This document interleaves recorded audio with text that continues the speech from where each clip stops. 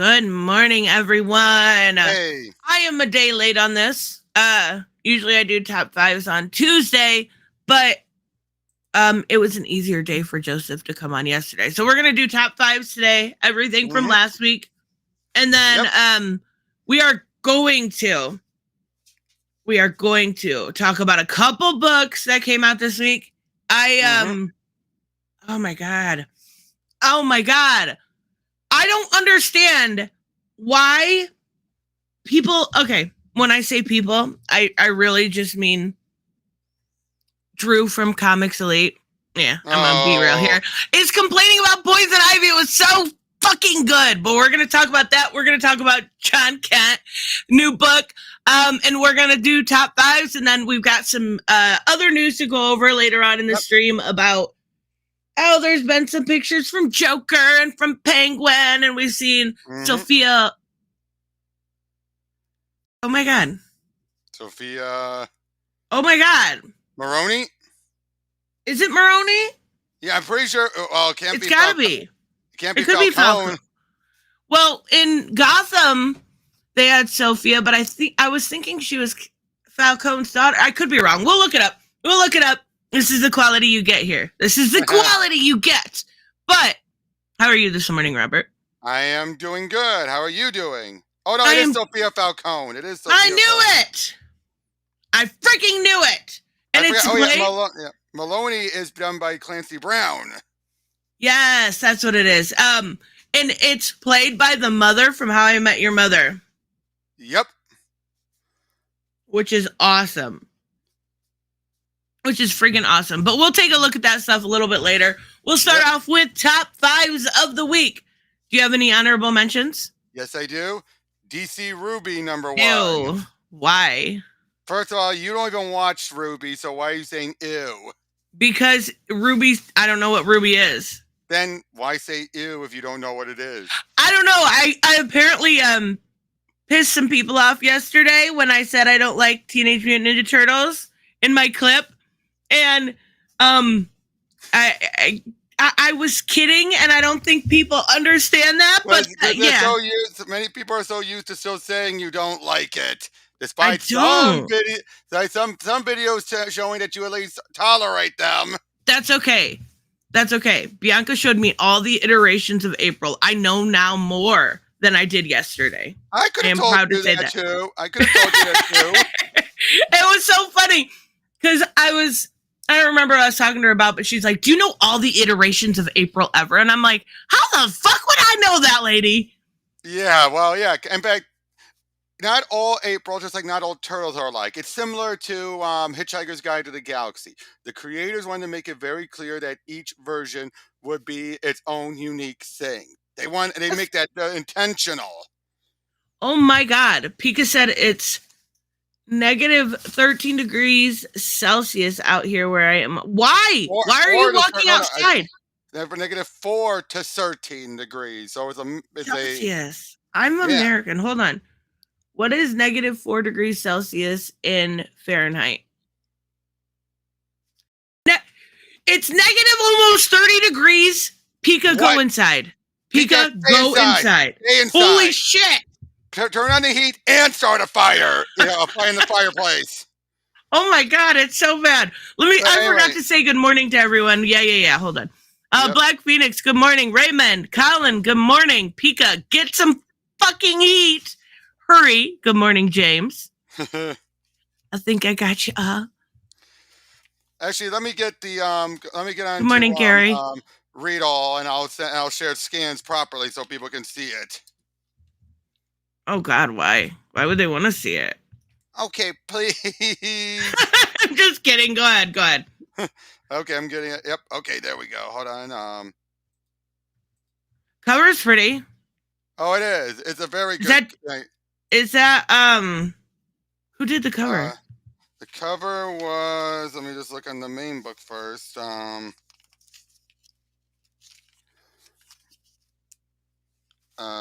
come on. Don't you hate? Okay, here it is. Cover is the main artist, Megan Hetrick. I like it. Yep, I like her art.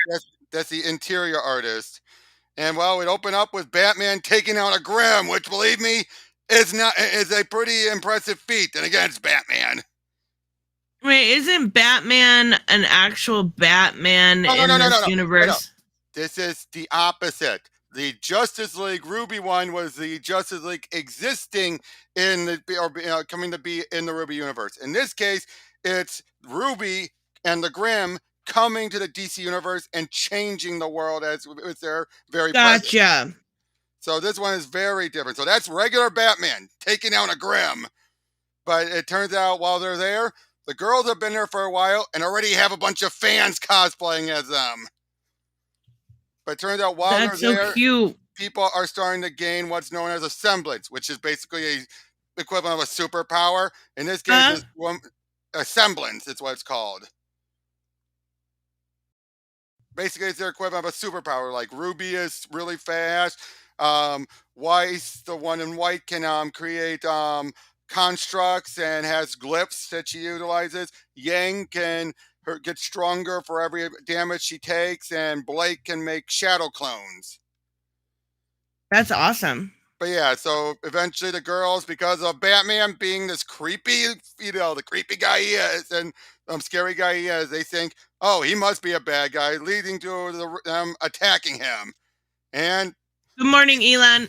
At first, he thinks like, oh, they've got no subterfuge. They're not no subterfuge. Then they reveal their abilities, and he was proven wrong. But then after they get Yang decks Batman, sending him right into a wall, all of a sudden they start to change to match with the world, and Batman, just like so many others, is gaining a semblance. In this case, wait, why does she have a giant sickle? You mean a scythe? That's Ruby's weapon. Everyone has a weapon that also doubles as a gun. I think she stole it from Grim. No. Ruby's been having this for quite a while before Grim started. But like I said, more than 6 months ago. Ruby is around almost over 9 years old. So less than 6 months ago. Gotcha. But yeah, Batman now is precog. Then they find out they're like, okay, enough fighting, and then they start to explain everything. Meanwhile, that one girl from earlier, it's hard to tell was the scam, but it's more like she's releasing the energy. She didn't explode, but at least I hope not. But obviously things are going bad the longer they stay here. Oh, that's kind of cool. I mean, not cool enough to read, but I like it.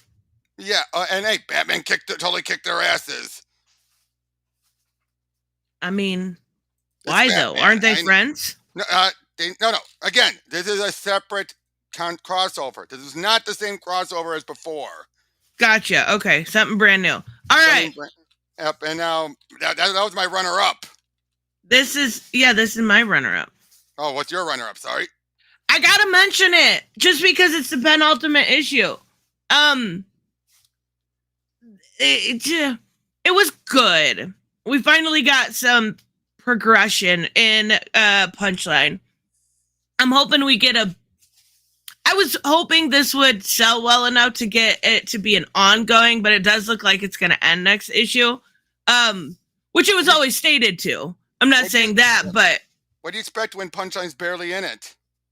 That was my biggest issue. The art is wonderful, but this almost seems like I don't know. I mean, it goes hand in hand with Catwoman. It definitely does. But I'm still scrolling, you guys, and we haven't seen Punchline once yet. There's more Nightwing, I think, in this book, or Bluebird, than there is Punchline. Yeah. Okay, finally. We finally got to see her. And she looks great. I love Punchline. But she's barely in it. And what I do like is that things are starting to go south for her for once. Yeah, she hasn't had to deal with that yet. Yeah, for once, throughout this, for once, things are starting to, karma's finally catching up to her, finally. Raymond said Nightwing cake. Yeah, they actually kind of make a joke about that in there. Mm-hmm. I think was it Bluebird? That said, I think so. How do you get poured into that suit or something? Yeah. She can say it because she's gay.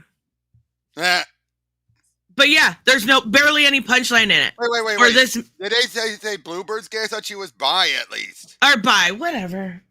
No, her Come here. brother's the one that's gay and now apparently trans in Gotham Nights.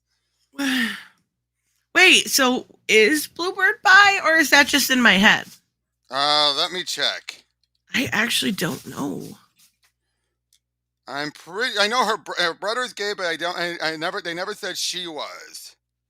Yeah, I just assumed. Bisexual. I thought so. I just assumed. But yeah, this is not a punchline book. It's a good book, but it's not a punchline book. And is this tying into the Joker's book by... I don't think so. Okay, I wondered. I think this is supposed to be their own thing. And what's with him being bald and the scar? That's why I wondered if it was tying into that book. Except we haven't seen him bald or with a scar in that book. Yeah, that's true. I didn't know. But obviously it's not the real Joker. It is very much satisfying to see her finally get some karma brought up to her. Yeah, because she's pretty much been untouchable this entire time. Yeah, she was able to get out of prison. Well, like anyway. Literally by being a social media star and getting on public favor. Yep. Oh, and Gleb Melkinov, however you say his last name. Mm-hmm. Oh my God, his art is so good. His art is so freaking good. I actually wasn't familiar with him until he got put on the Robin series. Mm-hmm. And he's quickly becoming one of my favorites. Very like manga-esque. Western manga. There we go. All right, what's your number 5? Number 5 is Stargirl, The Lost Children, number 4. Oh, that's cool. I didn't read it. At least this is coming out on time. That is true. Yeah, basically we get a bit more summaries about, we get a lot of this is summaries for what's been happening in Flashpoint, Doomsday Clock, and Flashpoint Beyond as that little shit. What was his name? I just forgot his name now. Good morning, Jarrell. Corky Baxter.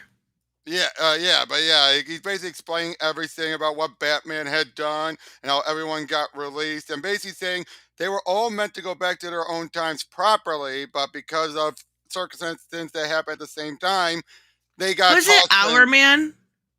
Hourman does show up in this. Okay, because I've seen a thumbnail. Now I've read the first 2 issues. The only reason I didn't read it this week is because I was behind on books. Mm-hmm. But is Hourman the villain? Good morning, Hooded Justice. No, it's this weird woman, Childminder. Yeah, I remember her, the one with the weird legs. Yeah. So she's the main villain, and she's using Judy Garrick to power up her machine. Yeah. That's nothing new. That was like 2 issues ago established. Yeah, but we're just seeing it being used. We see Airwave is getting dispersed and everything because, well, he's sentient sound. The kids are all charging in, and okay, that's a great shot. That is great. Hey, look, and there's Ladybug in the middle. Zoom in. I can't with this. Oh, that sucks. That's all right. So how does Hourman tie in? He just shows up at the very end.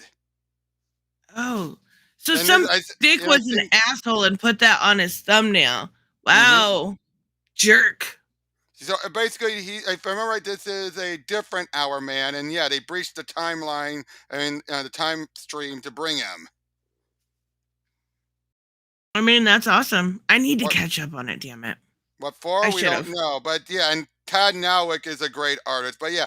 At least this is coming out in time. I'm seeing everyone complaining about JSA saying, see, proof Jeff Johns can't keep up. It's a monthly time. I'm like, this has been coming out with no delays. People just like the bitch. I mean, yeah, but. Oh, yeah, I agree. Ignore I don't like the delays on Justice Society either. But at least we have this one at the same time. And we still have Junkyard Joe coming out regularly. Wait, how long was it delayed for? Oh, it's now. Let's put it this way. Issue 2 was months ago, and we're going to get issue 3 within a few weeks. Okay. I mean, that's whatever. That's Chef John's. Issue 3 is going to be next week. So yeah, that was my number 5. I didn't even realize it was that delayed. Yeah. The Android Hour Man is who. Yeah, that's the Android out. Yeah, that's why I thought it was. That's freaking awesome. I need to catch up. Okay, so for my number 5 book, and this is oddly my only indie this week, I believe. It is Jeff Lemire. Yes. His work is good. This isn't his best work, at least as of yet. But it was a really good story, at least a really good setup. It's aliens. Like, it just depends on if you like aliens or not. Mm-hmm. But it's a little bit of a different take. You've got a trucker who is on the road all the time. Mm-hmm. And this guy's like, you need anything, man? He's trying to sell him drugs. Mm-hmm. It's really kind of basic until, like, this guy asks him how it's hanging. It's so weird. Who does that when you're next to somebody peeing? We get flashbacks. He had a terrible childhood. Basically, it all comes down to he comes upon a crash. There's a girl that's super fucking annoying, and I hope she dies. I want to say this to Gerald, so quickly. Hold on just a second. Okay. Stargirl, first of all, has got her own TV show. She's not fodder. She's been around for a good couple of decades by now, Gerald. And Jeff Johns, that's based off of his own sister. She's very powerful. So yeah, she's not. And yeah, no, she's not fodder. I know. Like, she compares very well to Batman and Robin. It's just that she's still young and experienced, but she's improved a lot since being with the JSA. She's been a full-time member of the JSA. Oh, yeah. Sorry, when I saw that fodder bit, I'm like... Oh, yeah. I just don't think he probably knows who she is. I know. That's why I wanted to get that out there and say that. Yeah, she is very powerful. But this bitch... I'm kind of hoping he runs her over with a car or something, shoots her in the head. I don't know. She's so fucking annoying. She's going through trauma because she just saw this weirdness and other people die and she's like super annoying. And he touches this thing in the road and they get transported to a completely different world where everything is different. And then that's when they realize it's aliens. Like, it's not Lemire's best work, but at least the concept is interesting enough. What annoyed me so much about this girl is this guy's getting his ass beat by this alien. Instead of helping him, she runs in the car and locks it. He ends up saving himself, and then there's a bunch of them. He runs back to the car, and she won't fucking let him in. I really, really hope she dies. Oh, just saying. But it was good. It just wasn't. It's good enough to continue. I'll say that. Mm-hmm. And on a not slow week, but there wasn't near as much out this week. I think, quite a bit. Or I just didn't read them, so it made my list. For me, there was quite a bit. Yeah, I still hope that lady dies in that book. Anyway, so what's your number 4 book of the week? Number 4, I got it right prepped up. It's Action Comics, number 1052. Oh, yeah. Oh, wait, I gotta share my screen. Or your screen. Mm-hmm. All right, how does this make your list? Well, it's one of the books I bought, and it's Philip Kennedy Johnson on Superman, him fighting Metallo. What's not to like? Wait, I thought this was Joshua Williamson's the other one. Yeah, and I like that one. It set up an interesting premise. But yeah, this one, we see him deal with Metallo. We see the twins are still adjusting to Earth. We actually get a reminder. I still hate the twins. They have very little redeeming qualities besides just being there. Let's give it some time. You can't just have someone just be introduced and then be, bam, perfectly developed right out of the box. Ghostmaker, Punchline, Miracle Molly. Whoa. Ghostmaker still took you a few issues before you realized. Yeah, that's true. Because remember, at first you thought, he's going to be a bad guy. Then at the very end, they subvert it by revealing, Batman told him you're not going to kill. He actually agrees to it. Batman 105 was great, though. That's still one of the best Batman comics in this recent era. But they're basically saying that the new 52 stuff with Metallo is still canon. And they brush their teeth. Well, they're not used to brushing their teeth or adjusting to the idea of secret identity, so... Yeah. I mean, they're cute enough. It feels like they're an insert for John being grown up. That's true. And then Metallo is meeting up with someone named Tracy.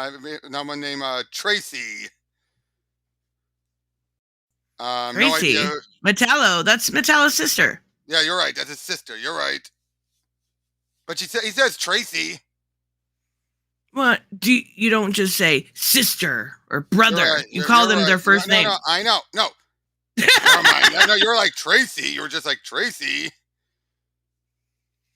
Yeah, so again, the stuff with Metallo is very interesting, and I like the artwork here. Artwork's great. We also got Dan Jurgens' stuff on with Superman and Lois 2, with Lee Week still on artwork, and so much of this looks really good. And we also have Doombreaker from the Death of Superman 30th anniversary special. I knew they were going to do more with him.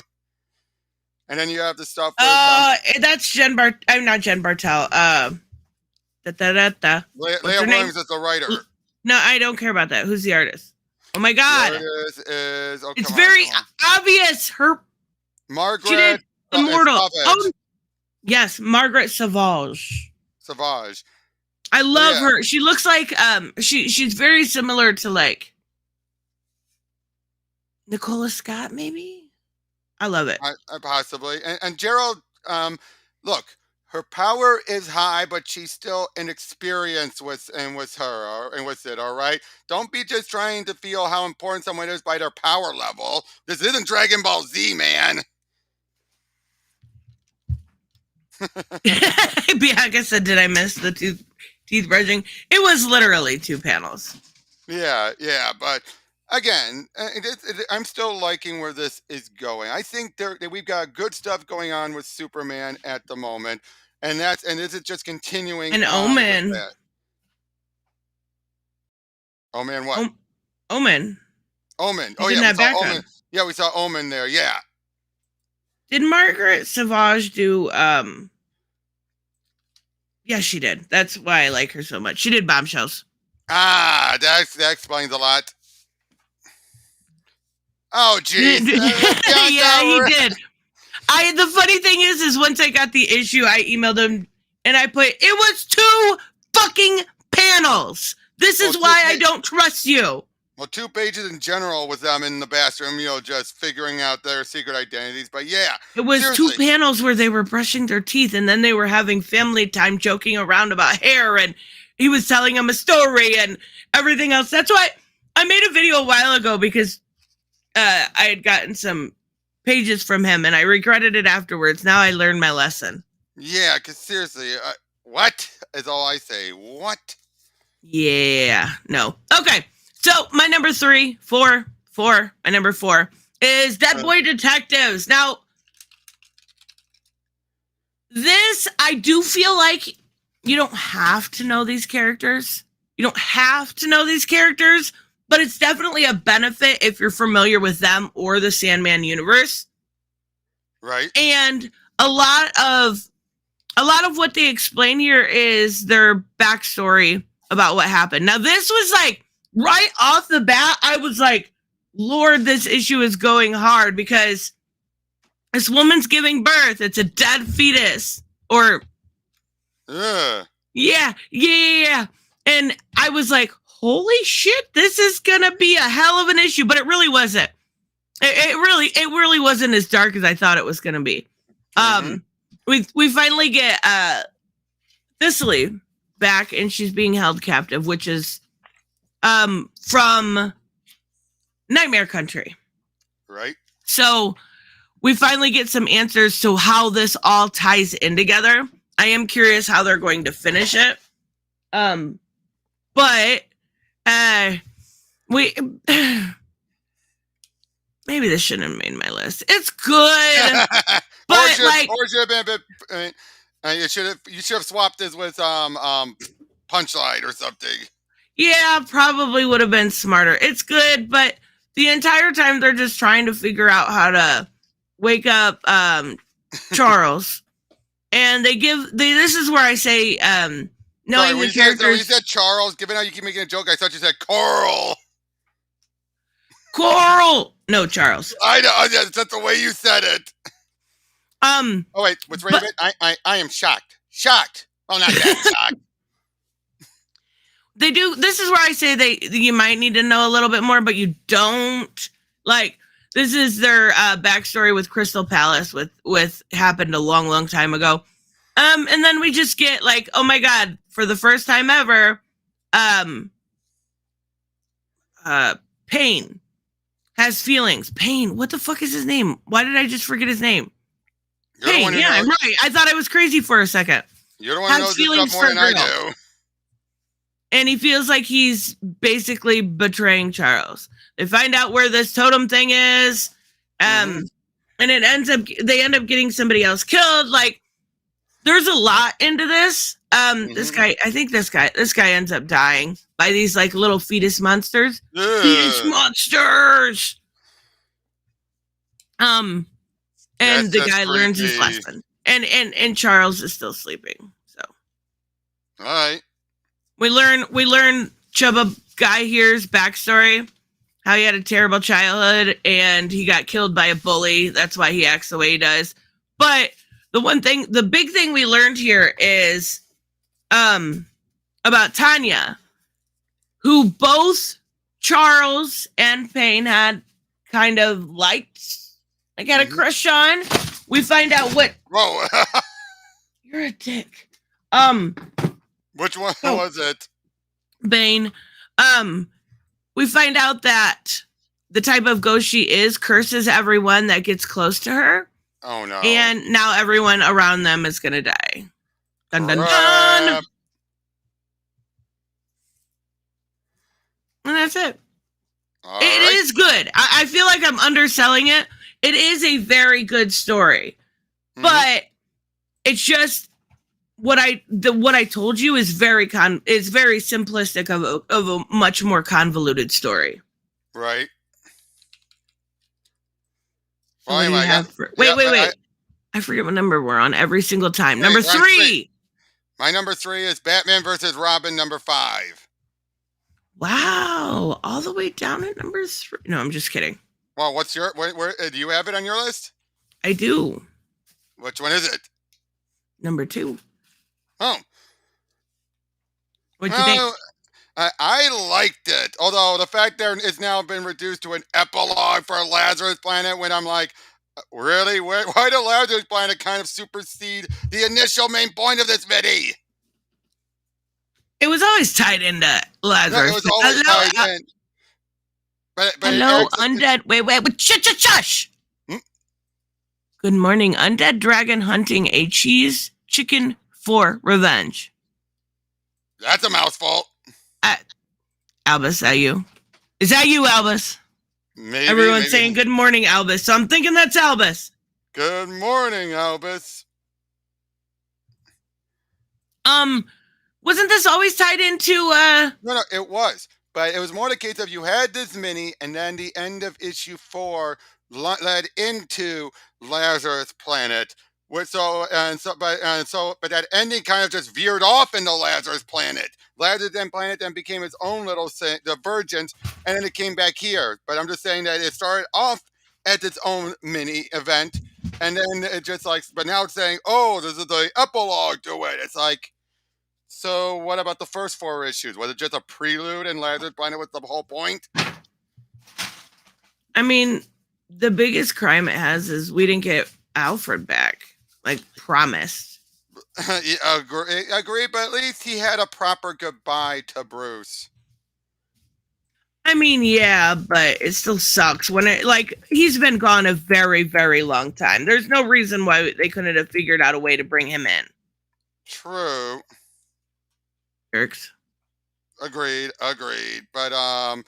But yeah, I just like the artwork here. I like the twist at the end. You're welcome to say what you liked about it.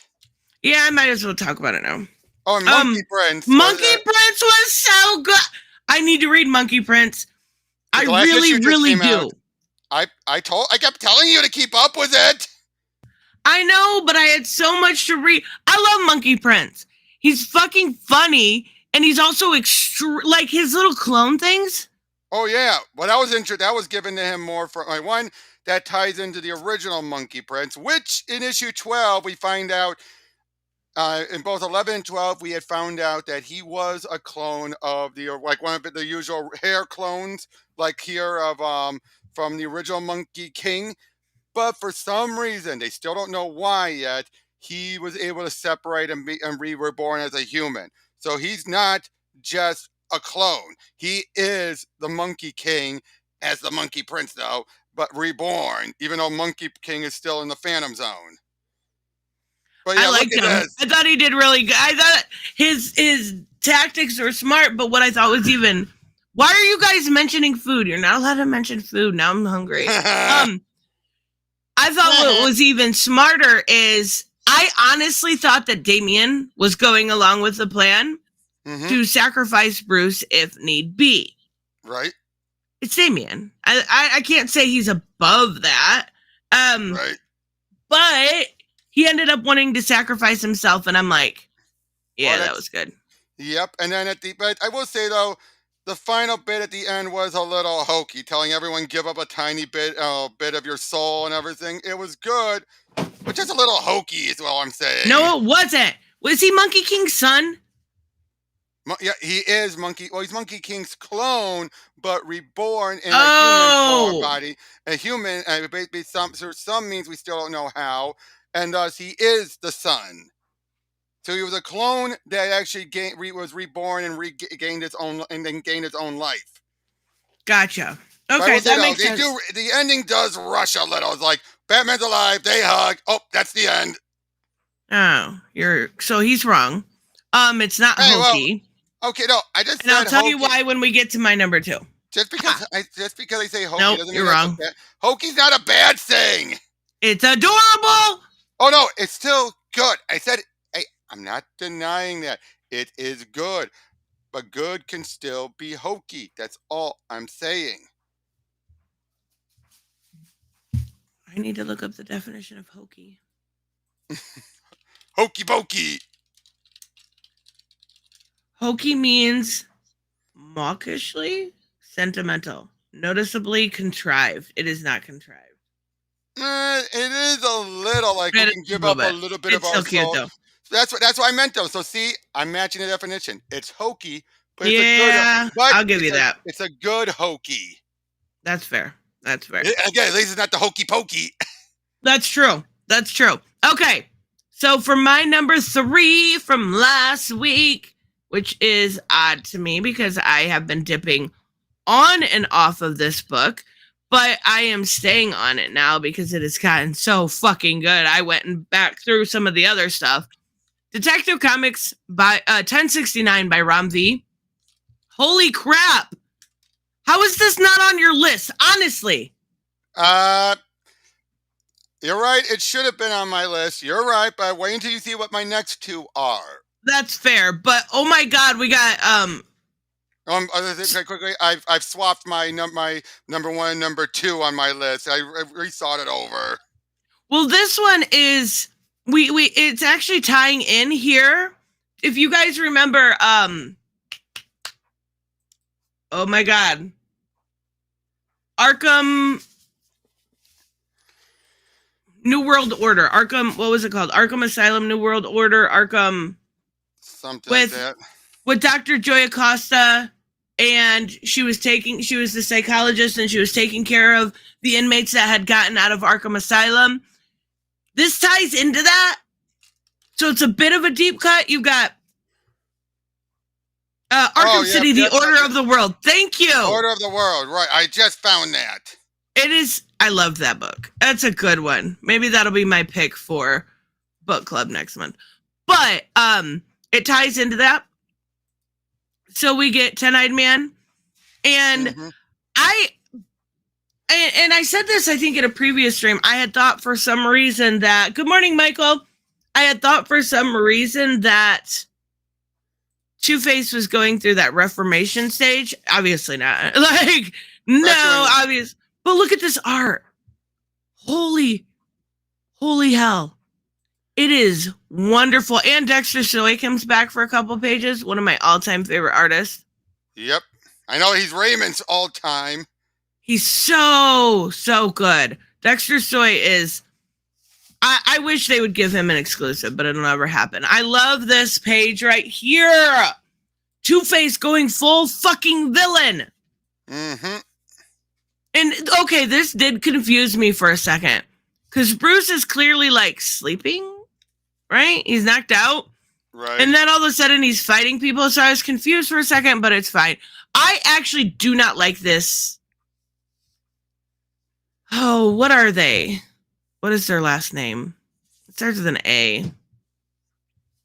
These people. It's like Arkham, but it's not. Damn it, I can't remember their name. I'm blank at the moment. Orgums. Oh, sorry, was Raven here? I know how he said it. Dexter Soy! That's how he's saying that. It's so freaking good. But I don't like the Orgum storyline, but I like everything else. Mm-hmm. I love, for this moment, like, she's not even cute. I don't want anything to do with it. No, it's just not as near as interesting as the other stuff. But we've got Renee kind of going back and forth. We see her look at, and this is exactly what I was hoping would happen. We see her look at her question ask. Mm-hmm. So we need a question book. Just putting it out there. We do, just so long as John Ridley's not writing it. I don't know if I agree with that. He writes are really good in... Writes are good as Renee. As the question, given how he wrote her. Yeah, that's Batman. True. This part alone was so damn good. Mm-hmm. The relationship between Bruce and Gordon coming down to him wanting to take care of, wanting to help, being very concerned about what's going on with who's taking care of him. And I love this because he's like, oh, I'm just an old man talking to myself again. And he's actually listening. I loved it. I thought that was so good. And we learn about the lines under the city that have something to do with the Orgums, so I didn't really pay close attention. I gotta say, that reminds me too much of the Court of Owls. It does, and I haven't found their storyline very compelling. Mm-hmm. I will say at first I did because they were using music and explaining it in a really cool way. I thought that was great. It kind of broke down from there. Now it does seem to be picking up at least. And Cassie here looks so good. I love how they drew her. She looks a little menacing. Yeah, she does. And then we get, oh God, I got to read this because I know some people will not like it. They've got these kids. Cheshire Cat. Yes, I love Cheshire. We've been hinting at this Cheshire Cat, Cheshire reunion for how long now? A year? Mm-hmm. It's time. It's time. But she says, I think that's still going to be in Green Arrow.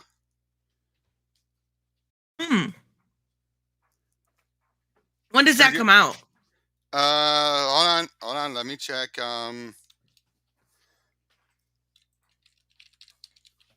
That comes out the end of April. Oh, okay. So we got a little bit. Joseph, that's where this came from. When Joseph did that recording on Dead Guys Thing. By the way, we're doing year 1 and we've begun recording. That is freaking awesome. That is cool. But we get Shoes, Cheshire Cat, whichever one you want to call her. Her real name's Shoes, right? Leon. It's Leon. Why do they call her Shoes, Cheshire? Because no, Cheshire Cat is her hero identity, her mask identity. Shoes is because she doesn't remember, she has amnesia still. She still doesn't remember being Leanne. We, the readers, know she's Leanne. Ah, okay. That's what it is then. We know she's Lien, thanks to some of the backstory stuff we had seen. She doesn't know she's Lien. She knows she's shoes. That's what She she knows. that's all she knows is she knows she's shoes. Cheshire's either knows or doesn't know or is keeping it secret, and Roy definitely doesn't know yet. This was definitely an allegory here. They've got all these people kidnapped, right?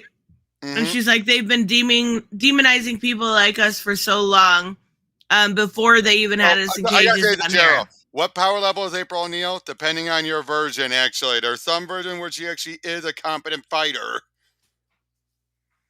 Isn't she like a journalist? In some versions she is, others she was an assistant, but in some versions she was taught by either Splinter or the Turtles. Wasn't she also a scientist or something? An assistant to Baxter Stockman. Okay. Who was whitewashed in the original cartoon. But Yeah. that was because he was like I told you once, remember I told you this way back in our Batman Ninja Turtle stuff. He was white in the original cartoon because he was going to be a slave to be subservient to Shredder, and they didn't want to have a black guy be enslaved to anyone in a cartoon. I'm looking up who Kiriko is, and all I'm getting is Kiriko. That'll be Kiriko. From what? I don't know. There's a lot of Kirikos out there. She is apparently a Hungarian American biochemist who specializes in RNA. I don't think it's the same one. Unless they mean from Overwatch. Maybe. I like her look though. Well, anyway. She doesn't look enough like the girl from Overwatch. Maybe a little bit. She's got blue hair, but oh yeah, he did say Overwatch. Okay. Yeah, I don't think she looks. Isn't there somebody from My Hero that has a mask like this too? Or am I thinking a different anime? Basically, that's a Cheshire mask. Right. So in general, those masks are already, I think, part of the culture anyway. Right. Can you chill? No, we can't. They're running through my cords. Okay. But she ends up escaping. And we find Solomon. I think Solomon's definitely going to be helping. Mm-hmm. And then this backup story is not great. It's not. It's okay. Like, Freeze has somebody kidnapped. That's pretty much all you need to know. The coloring on this is amazing. Mm-hmm. I love the way this is a beaut. For the art alone, I read the backup. And I don't always read the backup, but it was beautiful. It does introduce a new villain. Mm-hmm. Apparently named Earworm, but it's menacing looking. It's beautiful, and it's I loved it. Who is it? Casper Wingjarad. Beautiful. Beautifully done. Wingjarad. Beautiful. Right. I loved it. Now, I've changed what I originally was my number 1, number 2 on my list, and I gave it some thought. So this is 2? Yeah, number 2 is Human Target number 12. Dun, dun, dun! The friendly ghost. Earworm, the friendly ghost. The friendliest ghost you ever did see. Casper, the friendliest ghost. The friendliest ghost you ever knew. Oh my god. But yeah. All right, so why'd you change it? I gave it some thought, and then I looked back through, and I realized the whole point of this book was because Tom King basically wanted to say, I should never be with Guy. That was the whole point of this book. What was the real point of this book? No, that was the real point. That was his... No, I'm just kidding. Come on. It's so clear because, he has that bottle and everything. Oh, and also, again, this wraps up everything. It's good in its own bubble. Did he die? Okay, can I ask this? Spoilers for anybody. I'm getting the trade. So I was waiting. Does he die? Yeah, we already knew he was always going to die. Okay, so they actually did kill him, though. Yes, they actually did kill him. Although Ice threatens Martian Manhunter. Basically says, "Oh yeah, I'll tell everyone about your affair with Fire and and all that. So just keep me in the loop. Don't tell anyone, otherwise I'll bring you down. I'm like, what? And then yeah, guy shows up. You think things are going fine, and then it turns out she then makes it clear you were right, Christopher. Falling for the disguise isn't about falling for the mask. It's about falling for the lie. To which it's basically saying, yeah, she should never be with Guy. Guy's an asshole. Guy is a jerk, an abuser, and all that. And it's like, no, in your eyes, he is. That art. No, the art is very good. I love Greg Smallwood's artwork. But again, my problem is that Guy and Ice it's always been one of the characters like, what do you see in him? And she brings out the best in him. She always has. Even when they do butt heads, is able to give it right back and make it clear, like, I'm not some wallflower here, Guy. And then usually he'd be like, okay. He's not the kind of guy who'd be like, you bitch. But that's how Guy, and that's basically Tom King is looking at Guy and thinks that Guy treats her like he treats everyone else when he never does. So I've realized that's the whole point of this book, was to get Ice away in his mind to say, I should just totally get away from Guy. And so I'm gonna have Chance be the person that actually makes it clear to him and makes it clear to her that she should get away from him. Oh, and then Ice is able to get the poison to Lex that was always meant to go to him. So does Lex die too? We don't see it, but it's heavily implied. But like I said, that was I like it in its own little void. I do not like that, and basically that was the whole end point, was basically to have Ice ditch Guy once and for all, and to do anything through Chance. Well, isn't it I mean, it's not canon anyway. No, you're right. It's not canon. But it just tells you that Tom King does not understand Guy at all. And that the fact that this whole book was clearly done to make to try and just torpedo the Guy Ice relationship. I mean, Guy has. I mean, when I didn't think it was a hot take to say I wasn't a big fan of Guy Gardner, and people were like, "Whoa, whoa, whoa!" So he obviously has a fan base. This is not going to appeal to them. Definitely not. And I am a fan of Guy. I mean, he's not my all-time favorite, right? But I'm saying, no, but I do not like this idea that Tom King thinks that Guy is bad for Ice. It's never been that way. He has been one of the good things. And I'll say this though, at least he didn't say, oh, Ice and Fire should be together. At least he didn't go that regard and saying she should go full Les. Haven't people shipped them for years? Oh, there's always been something teased between those two, were they or were they not? They were in the Valentine's Day book, and they just were friends. But I think he just wanted to make sure he had his own story where the characters are the way they are. Yeah. But again, I understand that. And Reese, no, he's not a super hack. This is a good story in its own vacuum. And I would rather see this.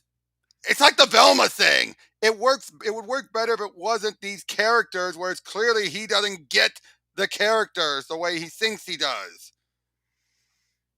I don't know. I'm curious. I'm gonna read it. I love Is that a fair comparison?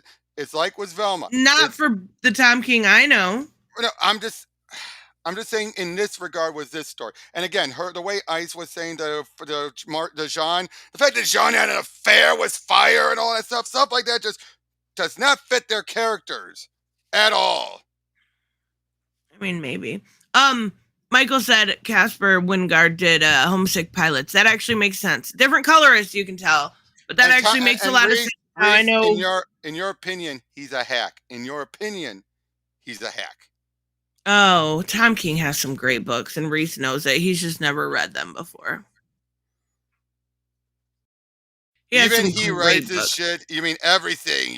I think you're about to say Reese said, no, you're wrong. I am curious about this one. I'm less familiar with the Justice League International. No, with Human Target in general. So I won't have a preconceived notion about him going into this. That's the thing. Human Target himself was actually fine. It's the Justice League International that's the problem. He writes them as real people, and people don't want to see real people, right? I can see. You're right. That's fair. They're flawed and fucked up, and they make mistakes. People just want to see. A lot of times, people just want to see him kick something, or beat something up. His sales are good, Reese. Where are you getting your information from? Reese, I hate to break it to you, but he is DC's probably top selling. Like, maybe, his name on a book sells comics. Look at the sales. Yeah, all you gotta do is look. Same with Tom Taylor. Yeah, you need to see their sales, but you just are assuming because of what other people are saying. Oh, it's not like it's not. It's tanking. Bianca wins. Yeah, no. Something. Bianca just shot you. Hate to break it to you, Reese. Nobody's sales are good. Okay, with that mindset, then. Okay. All right, but yeah, so that's my number 2. Again, on its own, in a vacuum, it is very good. As far as though as a guy who actually likes the JLI and everything, this felt like character assassination, even more so than Adam Strange. On Ice. Not Ice, on Martian Manhunter, on Guy. I mean, okay, I am curious. I don't have a strong opinion about it either way because I haven't read anything but issue, I think, 1 and 2. All right. Again, on its own. Again, like Strange Adventures, on its own, it's fine. And it helps that it's in its own continuity and it's not canon. That helps. Strange Adventure? Oh my God, such a good book. I know, but I'm saying no. It works better when it's its own continuity. For sure. And all of his books are out of continuity, pretty much. Oh, all of them. Supergirl wasn't. Supergirl is out of continuity, isn't it? It wasn't a Black Label, just like Gotham. That doesn't matter. Hey, besides, how else would you explain why her outfit is now the one being used? Explain. You have a point. Ref Mill, welcome, and DC is ruined. Yeah. Good morning, Ref Mill. I didn't say good morning to Reese. I'm sorry. Good morning, Reese. Okay, I'm gonna explain why this is good. Honky was the word you used. Hokey. Hokey, whatever. Honky. I said it's good hokey. I said it was good hokey. This is Batman Robin versus Robin? Is it Batman versus Robin number 5? And this is my number 2 book of the week. Robert pretty much went through all of it, but the twist is what really got me. Is when they essentially kill Batman by getting rid of the Devil Nessa. Yeah, they keeping him alive. Yeah, it was the only thing keeping him alive at that point. So Damian the whole time had a ace up his sleeve, and he wants his life transferred into it. Yeah, so he thought, and that's not going to work. So what they end up doing, I love her. What they end up doing, I love that they have so many magical characters. They go to... Wait, I gotta say this, Reese. Supergirl, Woman of Tomorrow, was in continuity. It's being used as a basis for the movie. So please, try again, man. Please tell me, why would they be using that as the basis? Yeah. If it was so horrible, so shitty. Unless you're gonna say James Gunn is a hack. Well, to be fair, Supergirl, Woman of Tomorrow at this point is probably one of, if not DC's best-selling comic in the past. It's probably because of the announcement, obviously. 3 Jokers levels. Again, he didn't run that many people. Oh my God, just ignore Reese. Sorry. Reese lives in an echo chamber of I hate everything except for a few things I like on my video. It's okay to like stuff. I'm sorry. It's okay to like stuff. I can't help it. I can't help it when I see stuff like that. It's just like, ugh. The facts aren't on his side. Tom King sells, and he sells well. It's that simple. But they end up taking he's like, get me to Oracle, right? And he goes to everybody, basically voicing this thing, and is like, give a piece of your soul so small that you won't even notice it. You won't even notice it. And all these people come together. And again, it's good. It is good. Good. They remember when he saved them. They remember when he was there for them, how many limitless times that he was there, and they all give a little teeny piece of their soul because they have the magic people there, and basically because of that, save Batman's life. Right again, and I get that, and but it's I again, love that. That's so cute. oh, and I love it. I'm just saying, but then it's like, oh, I'm alive. Oh, Damian, yay, we're off to the and greater other stuff. It's like, wow, rushed ending. I mean, where is it continuing in? Does it say? Nowhere. So it's just we're just okay. All right. Yeah, it's over. I mean, it was great though. I do get what you're saying about how it's corny, but in a good way. It's a good kind of corny. I liked it. I thought it was really, really well done. And I think it wrapped everything up pretty nicely in a tight little bow. I just hope that we get another I kind of hope we get another Robin book. You're right. Now I'll say this. My number one pick is going to be a controversial one. Oh, I didn't even finish this. Sergeant Rock versus the Army of the Dead. Remind everyone, written by Bruce Campbell. I mean, I'll say this. It's a bit of a generic story, but it's the details. It's the artwork. It's all the stuff put into it. They're raising an army of the dead. Very tough army. And apparently Hitler himself has injected himself with that stuff, but he's the first one to do it while still alive. So he's actually in more control and everything. And leads to just a big fight between Rock and Hitler until jabs Hitler in the eye. Again, big fight. They have to bomb the whole place. So eventually then he hides in a because Hitler fills up with gas, he hides inside of a locker, survives the blast, and then he shoves a grenade right down Hitler's mouth, blowing him up, and then getting out of there before the whole place blows.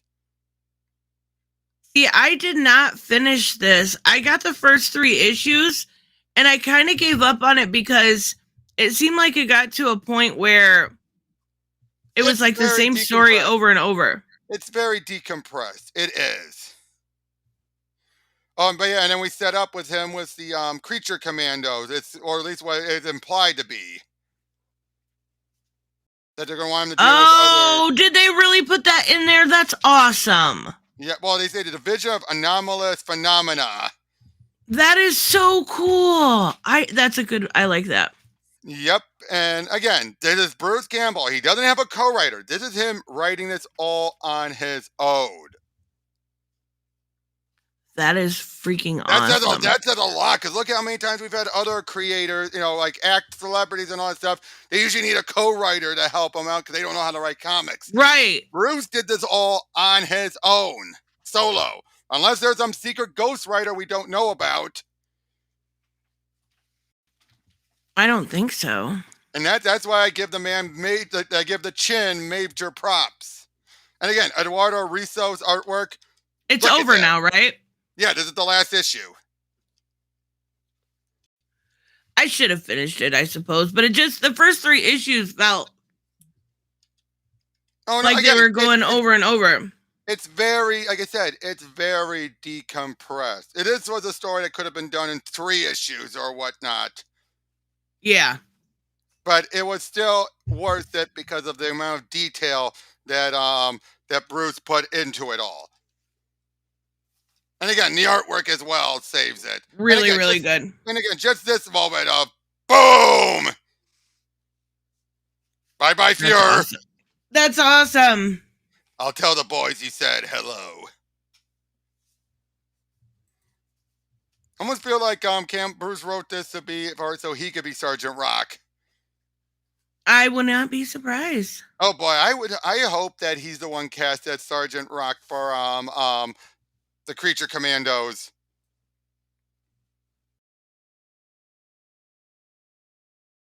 How would that work if it went into live action? He'd be a bit on the older side for a Rock. He's ancient, isn't he? Bruce still looks good for his age. Oh, fine. Okay. All right. My number 1 book of the week, and I'm going to put out there that I do have a bias. All right.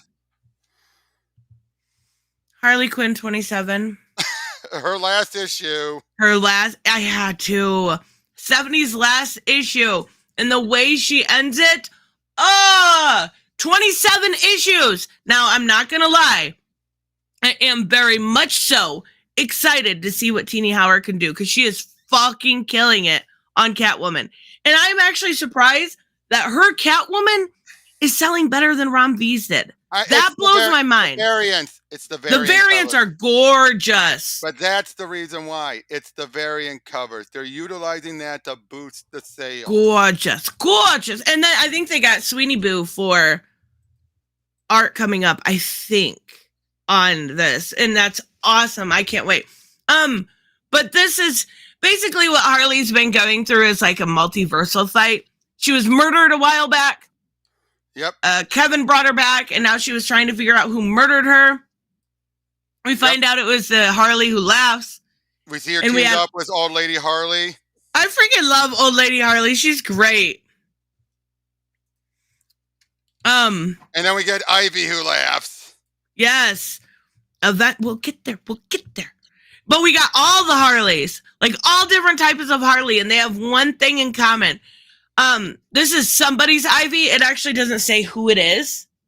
Mm-hmm. And they're all wanting, like, the one thing everyone has in common is Ivy is their home. Ivy is their centerpiece. So instead of fighting the Batman Who Laughs, which they've been doing for a couple issues now. I mean the Harley Who Laughs. Or the Harley Who Laughs. She actually... Really, Michael? Decides to help. Wait, what? I wish it was Harley's last issue. Really? I don't. I would be sad. But then she does break the fourth wall a little bit here, and she gets a little cheesy with it. And I love that Stephanie Phillips leaned into it. She's putting a farewell into it. She did, and it's so good because there was a little bit, it dipped around the 12th issue for a couple issues. And then that weekly stuff really didn't help. But then she got right back on her game, and this probably is because she knew she was wrapping up. Probably because she knew she was wrapping up. Maybe, but it's been some of the best. Like issue 25 was my favorite of this multiversal stuff, but this one was really good. We find out that the Ivy Who Laughs is being kept by these like different Joker type characters, right? They're all different. I was gonna say Joker Who Laughs. It almost feel like one of them is the Joker Who Laughs. They should have put that in there. That would have been good. But they end up beating him, right? Yep. And we finally get to see the Ivy Who Laughs, and she's so freaking cute. Oh, and see, she's talking. She's breaking fourth wall here. It's really, really good. And we get her. Let me bring her up. She is gorgeous. Yep. Still with the spikes and everything. You gotta have spikes if you're a Who Laughs. Isn't this the first Who Laughs that has had eyes that can see, technically? You're right. I love her. And they finally get reunited, which makes the... Old Lady Harley think dirty thoughts, I think. Well, not only that, but it makes it so the Harley Who Laughs finally leaves them alone, and she says her goodbyes, and it's so sweet.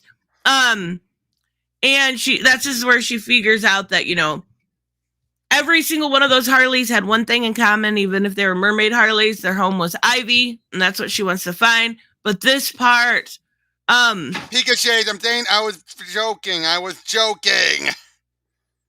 Where's the ambush bug who laughs? No shit. Yeah, isn't that like every version of the Joker? It's like, yeah, I'm taking the idea of a more twisted Joker. And, oh yeah, this guy, he just got left behind. Yeah, but she says, so that's the end. And you can tell she's saying goodbye to the people that read it, right? Like, it was very clear. Though, I feel obligated to at least have some kind of teasing message, like, for now. I mean, I do still have that multiversal jumper somewhere. But before we see Mayor Harley actually jump over a shark, I should probably say goodbye. And then she put goodbye and thank you. Is anyone going to untie me? Good. That was so good, though, because she wrote... This was kind of her defining book. This was her make or break, Stephanie Phillips, right? And Agreed. to put that little goodbye in there, I absolutely adored it. And Agreed. And we know I'm this glad- eventually this leads into the Harley screws up the multiverse. yes, and then and I'm not a fan of that art. But and then it leads into, isn't there a one shot of the Ivy Who Laughs coming out also? I'm not sure on that one. Let me go look that up. I'm pretty sure there was. I didn't go over solicitation, so I'm not 100%. But I have not seen any of that in solicitations at all. Doesn't seem like it so far. maybe I was just thinking of this. You're probably thinking of this. I wonder if Teeny is going to utilize Kevin. She's almost gonna have to. I do think that we did see a bit of him in the preview, I think. Oh, good. Wait, I there's a said- no, no. preview for issue 28? Yeah, hold on. It was on Bleeding Cool. I missed it. Slacker. I know. I can't believe I missed it. The Harley Who Laughs is basically Harley Quinn. Yeah, just a little more evil, right? Just a little more crazy. And with a, cool outfit. Okay, I found a different preview on League of Comics Geeks. Hell yeah. Let me bring it up. Do they have they don't. Oh, I No. know. Wait. That's No, not they it. don't have That's not it. That's not it. I was going to say, this is just all the covers. All right, then. Let me go back to Bleeding Cool because I did see it. I know I saw it somewhere. Look, you guys, look at this cover for 28. That is so pretty.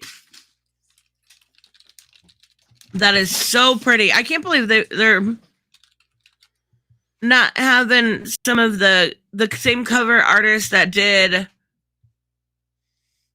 the same cover artist that did the Catwoman one. I'm surprised they don't have him on here. You're right. Oh man, where is it? Oh, I like that one more. I can't find it. I know I've seen this preview art somewhere. I know I have. Oh, that's okay. Anyway, you want to talk about John Kent? Yes, I love these covers. They should only be allowed to make one because it's not fair to fans who like them all. Look at this one. Okay, adorable. Is it Sweeney Boo? Yes, it is Sweeney Boo. I'm so excited. Okay. Sweeney Boo is awesome. So yeah, John Kent. Yes, John Kent is back.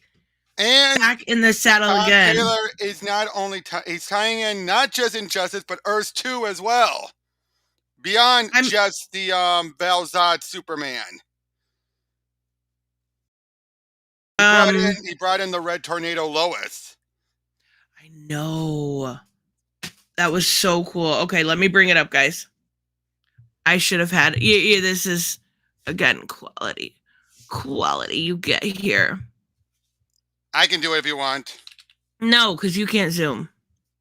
Oh, right. I am on the wrong one. It'll just take me a second. John Kent, I did see. And Raymond, yes, in Earth 2, back during New 52, Lois on Earth 2 had died, but her mind was put inside of a red tornado body.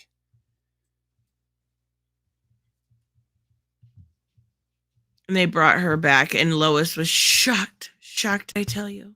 Mm-hmm. All right, I think I finally got there. All right, sorry about that, guys. We got the Adventures of John Kent. It was a very quick read. It wasn't very dense, which is kind of Tom Taylor's shtick. I'm not gonna lie. There are so many times where I'll read Tom's book first because I know they're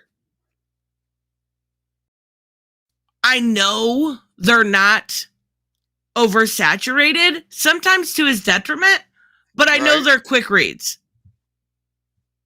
Are the writers smoking weed? I mean, maybe. I wouldn't see why that would affect their writing, though. You're right. See, this website sucks, but whatever. So we get Ultraman. This is Clark or Kal-El from a different universe. Now, Ultraman looks great. He looks wonderful in this, but obviously he's totally evil. And he's going around and he's killing all the Clarks, right? Now, this is where the case of the infinite multiverse, the Omniverse, actually does come, helps out, because he could just kill off all these random ones, and it's not like we're losing. It's not like we have a finite amount where we're like, we can't kill these because we only have so many. No, we have infinite again, so kill them all. Well, isn't this the first time they've really leaned into that since Justice League Incarnate? Since Justice League Incarnate, since Dark Crisis, obviously. Yeah, I'm glad they are. I really am. Who's the artist? Let me go look. But I gotta say, how much longer do you think until Tavia shows up? Right, John Kent Super Sense. I haven't even watched this video yet to know where he stands on this. Oh, this Good morning, Clayton Henry. Okay, well, Very good artist. Very good artist, yes, generally. Is his neck abnormally long? I looked at that picture last night for a really long time because I was going to use that in my thumbnail. I decided not to. It's one of those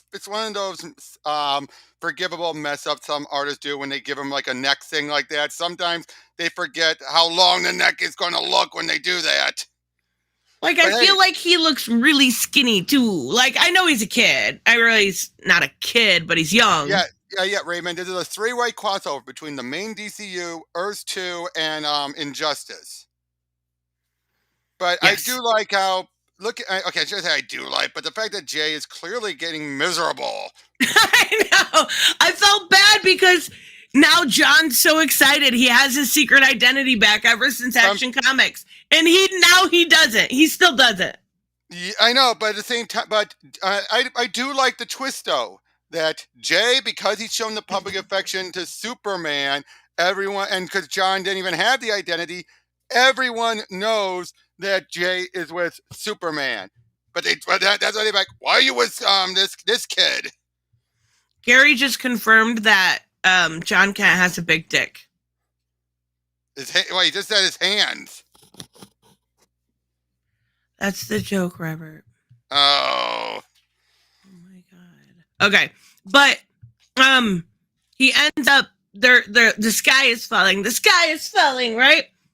It's a whole Chicken Little moment, and Jay's like, "Go! I love this. The way.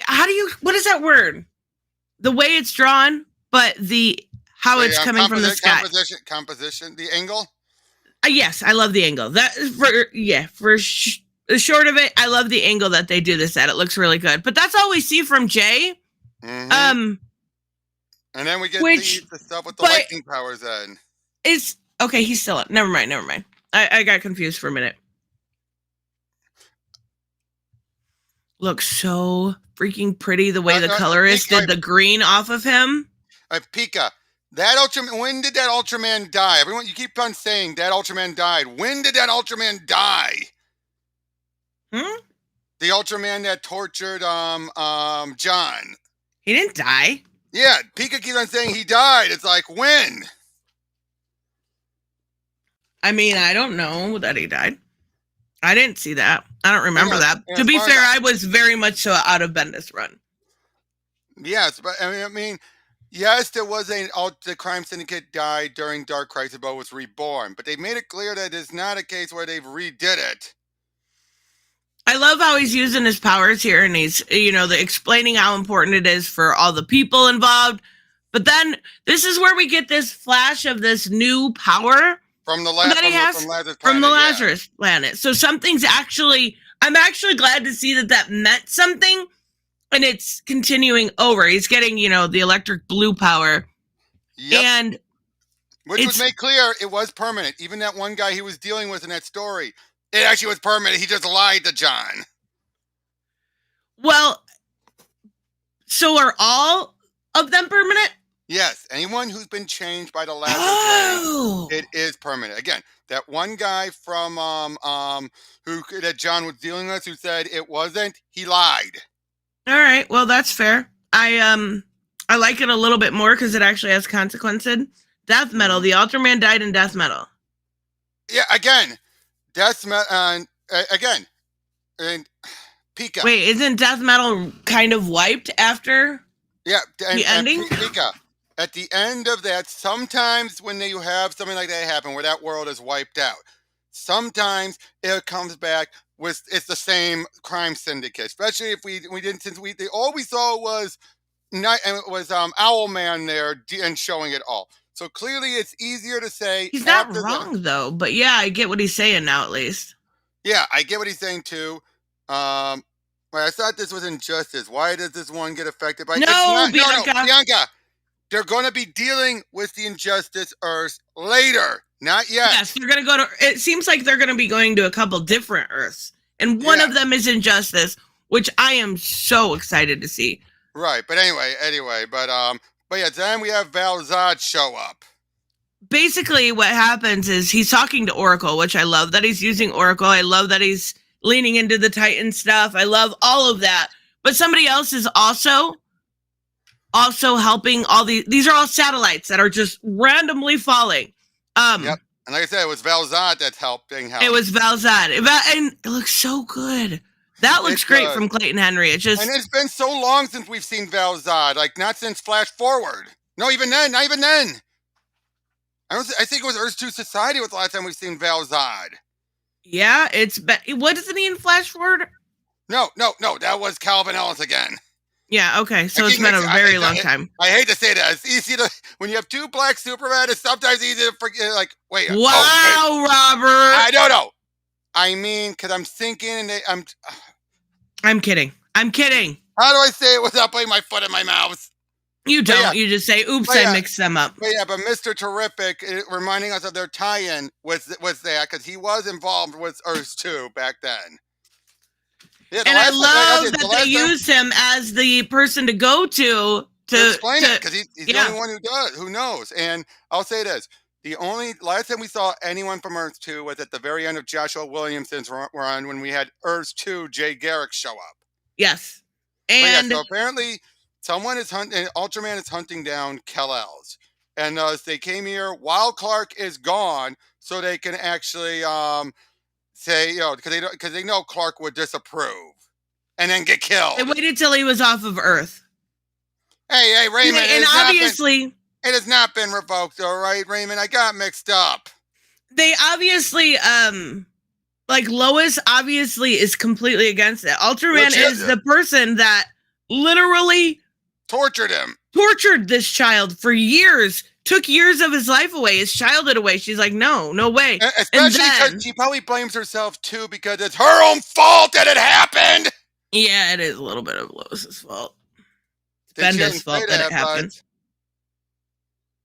Yeah, Black Phoenix. I do know that DC never owns Icon. They just publish it. Publish it, and they usually have a deal going on. But yeah, there's like I'm Lois Lane. I love this. I loved it. I'm like, once I seen her, I obviously knew it was Lois, but I knew they were going to use this as a way to get Lois on board, and it's absolutely what it does. But I gotta say. Yes, Mr. Terrific is black. It's a different Mr. Terrific from the old one. So yes, it is okay. Oh my God, no! No, see, I do know what I'm talking about. Mr. Terrific is awesome. But that was funny. Of course, so it looks like he's going off world. Now the big question is though. How did Ultraman get free of the events of War on Earth 3 where he was under Waller's control? That is a really good question. And isn't she still on? I know. Earth 3 or no, because we know she's already starting to work with that the Light. The Light. Oh, yeah. The people they brought over from Young Justice or whatever. Exactly. She's working with them now, so who knows what's going on. Broken continuity. No, I think he probably got away. And oh, geez, I'm on Read All Comments. I see Tavia's comment there, and yes, he still says, "I wish Wait, you was a Tavia 10-year-old." comments on Read All Comics? Yep. Oh, isn't that weird or no? No, scans. It's where you get scans. You can comment on them? Yes.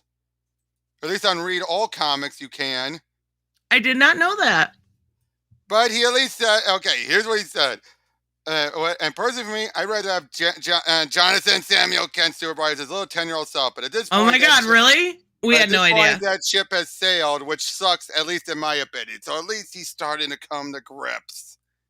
That is fair. That is fair. I do give him that. He is starting to come to grips.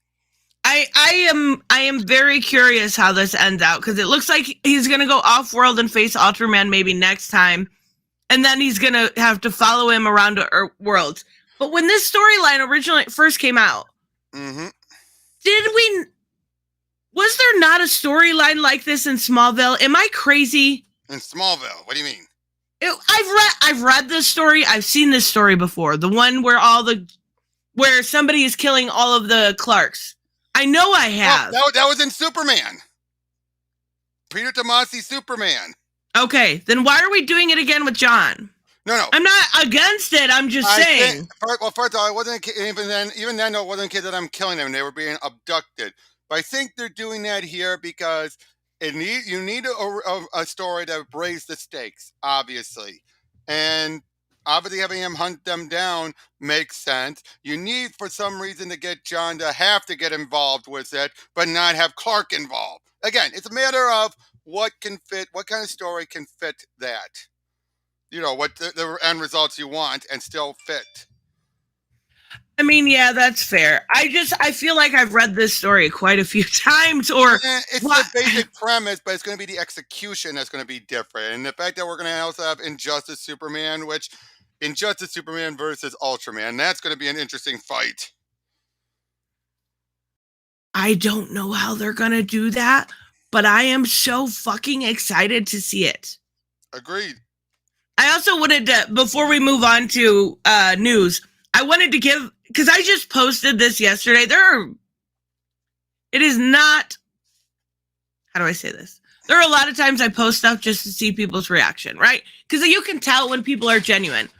You can tell when people are like, what's this about? What's the context? What happened? Why is she saying this? So people tell on themselves. I was actually watching a Liana video about that earlier. Right. People tell on themselves. And if they look at a simple panel and go, oh my God, woke. You're telling on yourself. Oh my God. Spoiler alert, Ultraman is going to win. No, Gary, you're fired. Yeah, context. It's the context that makes it good or bad. Right. And the context of this is I'm referencing George Carlin saying that. Oh, okay. The context is her friend wants to stop at this. Her name's Gwendolyn Caltropi's retreat, and it's basically like they're making fun of, you know, that girl that made the candle that smells like vagina. Gwyneth Paltrow. They're making it's making fun of her the whole time. So it's actually pretty funny. But and I'm gonna give a little bit of spoilers here. I won't go to the last page, but what drove me? Yeah, you tell me the last page. You could go ahead. The term woke is misused for sure. This is their stand-in for Gwyneth Paltrow. But what annoys me about this is one thing G. Willow Wilson has done multiple times. She's done a great issue with Harley. But she also has done more issues of Ivy just being a little bit of a hoe. Yeah, what the hell? And I don't know, because compare this to what we just went over with Harley 27. Goop. Mm-hmm. That's what it is. Thank you. Tavia, we were just talking about you. That's what I said. Yeah, you just missed us talking about John Kent. It was so good. I got the notification he posted a review. I'm very curious. But yeah, what the heck? I don't get this. It was one Compare thing. this to what we just went over with Harley 27. How they were talking about all the different Harleys. The one thing that they had 100% in common all the time was that Ivy was their home. Ivy was their. They could be anywhere in the world as long as they were with Ivy. That's all that matters. I guess Wilson didn't get the memo. No, because this is what is this, issue 10? Issue 10. We got Harley in one episode in two issues of Ivy cheating on Harley. Are they cheating or? No, they're drugged, but still. They're on some magic mushrooms. Although I will say this though, it is interesting that she's making more and more Ivy human. Yes. Have you realized that she's becoming more and more human as this goes on? Mm-hmm. Less of the in fact, yeah, it seems they're moving away from the eco-terrorists they were setting up at the beginning. And I'm okay with that because it's developing the storyline, right? We went from this woman who was lost and going to kill herself and the world as we know it so the Green could survive to a woman that is lost her humanity but wants it back. And I think that is really important to keep in mind as you go through this. You're going to get evil Ivy, but that is also going to be a big issue where she starts to realize what she's doing isn't okay. Honey, you signed a release form. Yeah. But the Lamia spores come back, and that's the big issue. But I really liked it. I don't understand you, Willow Wilson, sometimes. I say, Ray-Man, drugged up orgy? Okay, I'm down. I just wish we would get more of what we're getting from, and I liked you, Willow Wilson. I do. Again, 70 Phillips is superior, unless she's writing Gambit. Again, here's the thing: DC brings out the best. Marvel does not. I think Stephanie's the prime example of that. I heard her Cosmic Ghost Rider was good. I got it. I haven't read it yet. Yeah. Well, but that's a batshit insane book in and of itself already. So batshit insane works, is what you're saying? I think it does, and I think I could see her getting that book because of her Harley stuff. Yeah, I could see that. But yeah, you might. Hey, since I'm here, do you mind if we talk a bit about April O'Neil? No, yeah, go for it. I totally don't mind. Yeah, because I just gotta say the stuff with April. I can bring up an article if you want. Yeah, I'm getting really annoyed that ever since Nickelodeon got the rights, Paramount got the Ninja Turtles. April's been a kid ever since. I'm so tired of that. I'm so tired of her being a kid. But she doesn't look like she's a kid in this. Oh, in this, she is a kid. She's a kid? Yes. A teenager, really? Yes, but still a kid. Huh. Are you sure about that? I mean, I believe you. They're going for her being a teenager, too. I guess maybe it was... I believe you. But I guess I was watching Mad Max do a reaction to me and Joseph's stream yesterday when we talked about it. And he said he got like the, like Ant vibes. And I thought the same. But yeah, wow, she's a kid. I'm pretty sure you're going for her being a teenager and you're having her be a blogger. Oh, okay. That could work. I could see that. That's my theory anyway. Given how she's asking all these questions, I'm positive she's a blogger. So, as a fan of Teenage Mutant Ninja Turtles, the Turtles I do not like it. The Turtles are fine.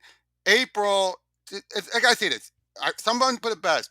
If you have to have someone tell you she's April to know it's April, something's wrong. Yes. Absolutely. Okay, Gary, in this one instance, I will give to an extent Rip up props because he's been one of those who's actually been trying to clear up the issue. He goes a little too far with his own viewpoint, but at the same time, for once, Ripa is mostly right when he's telling people the facts about April, saying she wasn't black, it was a perm. Why did I also see, maybe it was yesterday, people saying that she was originally supposed to be Asian? No, no. Peter Laird said initially he was wanting her to be Asian, but then Okay. it didn't fall that way. And then since then he has agreed. I've always seen her as white after that. So Her last it name's was more like O'Neill. Isn't that like the most she's Irish. Irish name Yeah, ever? they made it clear then she's Irish. Yeah, I mean, I really don't care that they race swapped her. I'm gonna be perfectly honest. I don't care, Rise but proved it can work, but it does feel when they do it a second what did? time. Rise of the Ninja Turtles. That was the Is that previous one. where she looks? Oh, That's where she looks so perky and like, yeah, and yeah, yeah, she's yeah. super cute. I love But- that design. And again, it worked. But again, they changed so much about the turtles in that series anyway. It made it okay. Gary, because that doesn't go with the narrative. Well, because he was only white once. He was only white once. Shh. When was it? That was in the old cartoon. And like I said before, I told you How already old? before, the 80s cartoon. Okay, that's probably why he didn't make videos in the 80s. Yeah, but I'm saying no. But even then, Baxter was only white once, and they've never done it since. They've kept him black ever since. And the only reason why they made him white once is because they didn't want someone black to be subservient to someone. Still, I mean, here's the thing. Here's the weirdest thing about the turtles, okay? Mm-hmm. You have a grown ass woman in her, what, 20s? Would you put April normally?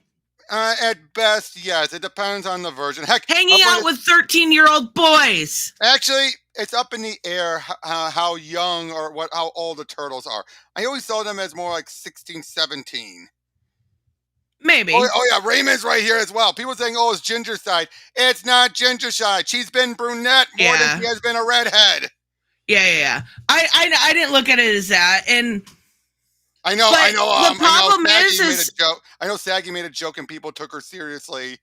oh no, what'd she say? No, she says made a joke. She and someone else made a joke about it's continuing the Ginger side, but then she says, "I'm kidding, guys." Saggy's got a very similar personality to mine. When you just don't want to take most of what she says seriously, that's probably your best bet. But yeah, they're usually 15-ish. Okay. All right, but it's still weird. Like they hang around with somebody 10 years older. Feels a little creepy. Maybe that's why they're making her younger. Well, when she's a journalist, though, she's in a lot of times. She's in it for the story. I thought she was like their bestie, also, though. Oh yeah, she is their bestie. Yes, she is.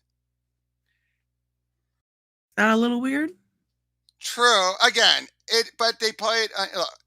Okay.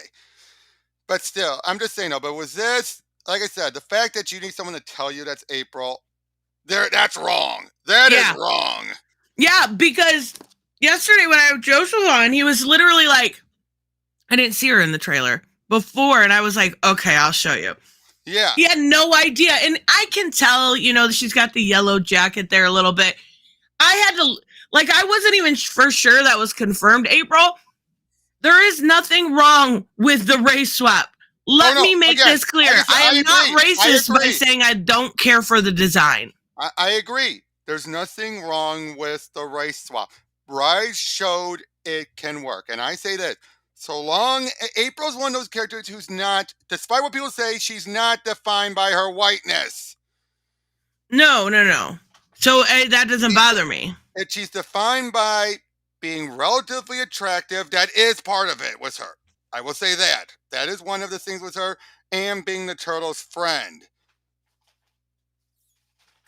I hate this kind of stuff, though. Y'all just hate seeing a black April O'Neil. Just say you hate black women and go about your day. What? Why do people... Okay, because there are some people who are still using the race. But have you noticed, actually, even the anti-SGWs are not doubling down on the race stuff as badly this time around. Have you noticed that? I mean, I think they're just saying she's originally white, but look at her pants. I hate her pants so much. The ripped pants? No, they look like, it looks like, but again, I don't care for the design. That doesn't make me racist. You know the only way you can tell it's April? Because she's wearing yellow. Yeah, that's what gave it away to me. That's the only way you can tell. But yeah, seriously, people saying stuff like that, it's like, no. That's not the issue. It's the fact that she doesn't look anything remotely like April. You're just like, how can you even tell that it's April? You have to be told it's April. I mean, granted, Rise had that same problem. And I think that is the issue when you have them black, is that you have to pause and think a moment about it. But at least with that one, you can start to accept it eventually. This, you're just like, who's she? Who that? Bianca said it's just skinny jeans. I hate skinny jeans. I'm older than you. I wore like, I don't know, not bell bottoms. Gerald, comic tropes is one of those guys who has been saying it. A bunch of people, some YouTubers are starting to say that whole like Angry Joe and even Black Nerd. That bothered me. Black Nerd's such a good guy. Blurred? No. Angry Black Nerd. I'm not sure. I'm familiar with him. Good. Usually a good guy, a good guy. He's been in a bunch of stuff. He's done a bunch of videos, but even then, he didn't go as nasty. He's still good, so he's still doing it his own way. But you can still tell that there's, I'm not a fan of this website. You just mentioned the Angry Joe stuff. Yeah. He wants an apology for what? Oh, for trying to make this correction and everything. I mean, there's a difference here. You can't hyperbolize. Raymond, no, she's not the only one. You also have her friend Irma, who's usually involved as well. And Irma varies, but she's usually considered to be the one who's not all that good looking. See, she looks adorable there. Is that an actual... No, from an actual cartoon? No, that's fan art. But I do think that's so cute. But yeah, there's even saying they could have given us a cute April. Why do we have to get this pudgy April? See, another redhead. Well, she wasn't redheaded, but okay. Yeah. Irma was used last in, she's actually used in the Nickelodeon series in that regard. And who is Irma? Irma is a friend of April's. In the original cartoon, she was a stereotypical nerd girl. Okay. And she was also in the Power Rangers Ninja Turtles crossover. Oh, April's the more recognizable one, man.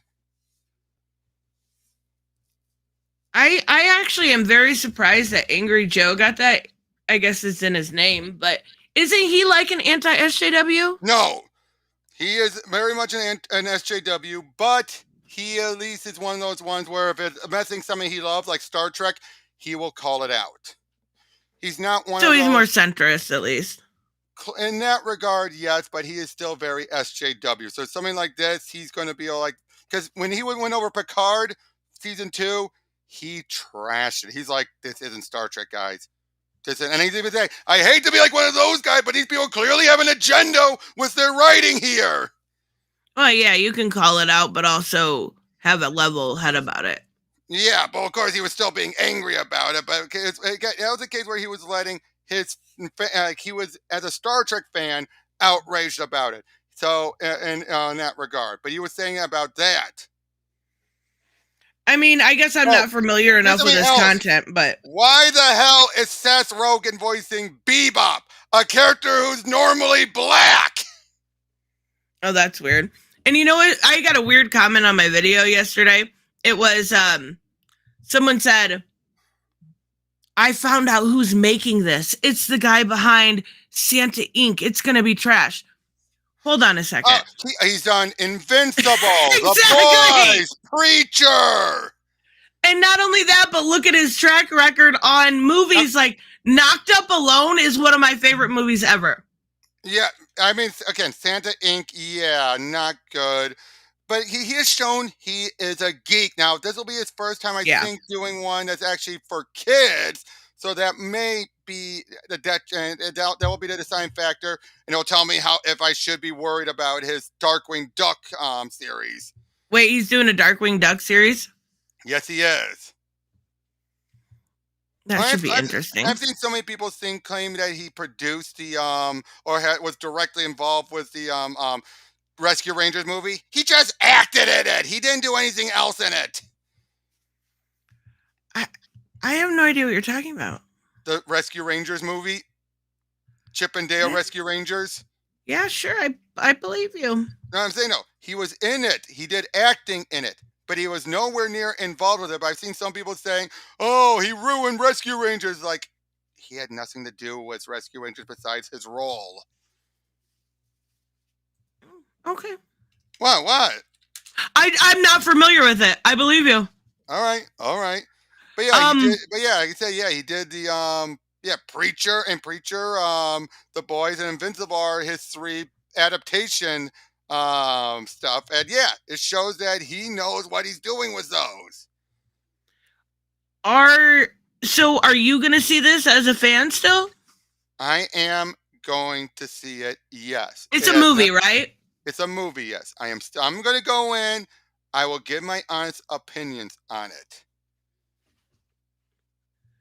I mean, look at the animation. Do you really expect it's gonna be bad? It's very much right out there, taking so much inspiration from Spider-Verse. They're whacking over you in the head with it. It looks. I mean, it looks more claymation to me. No, but they're clearly doing the chopping off the some of the frame rates like Spider-Verse. Oh yeah, for sure. But yeah, I am looking forward to it. I am going to check it out. Okay, I wouldn't say I'm looking forward to it. It's more like I'm curious on it. And the one thing It that's doesn't look like it's gonna be bad. It looks like it's gonna be entertaining. Donatello's voice though bothered me. It being so high, it's squeaky. He's a child. Yeah, but Mikey's usually supposed to be the youngest one, and yet it sounds like even his voice had already gone through puberty. I seen that the voice casting was super. They actually got. Did they get kids? They got actual kids. That I like. I do like that idea. That's cute. That they actually got kids to do the voice of the turtles. That is good. And apparently you have Jackie Chan as the voice of Splinter. And oh Lord, Splinter's design is also wonky. Oh, see, I didn't think that. I don't know. Raymond, I am going to go in with this with an open mind because, again, we've had different. And it seems like they're still more faithful than Rise of the Ninja Turtles was. Was that a bad movie or something? It was a series. It wasn't bad. They just radically changed everything. You had Raph leading the Turtles and all that. It just felt like they decided to just change for the sake of change. I don't know. But as it went on, though, it actually did get better as it went on. And then, then you had the Netflix movie that was very good. Oh, Penguin! Holy crap. I cannot wait for this. I think, didn't they confirm that the Batman's going to show up at least once? I wouldn't be surprised, and I doubt. And here's the thing: you don't need to have Pattinson in it. You could just have someone in the suit if he doesn't say anything. I cannot. I know I've seen the movie multiple times. I love the Batman. Mm-hmm. I still cannot believe this is Colin Farrell. I know that makeup was so good. Like, this is so impressive. By the way, have you ever seen him as Bullseye in Daredevil? Yes, I have. I want a costume. How is this the same person? Again, it's the makeup. It's amazing. It's not makeup, it's fucking art. It is. So someone, Villainous Queen of Hearts, is asking, what is Splinter's design? Let me look. I don't know. Hold on, I'm looking. It looks so good. Hold on. Let me share the image. Hold on. I also know they're set to start filming Batman 2.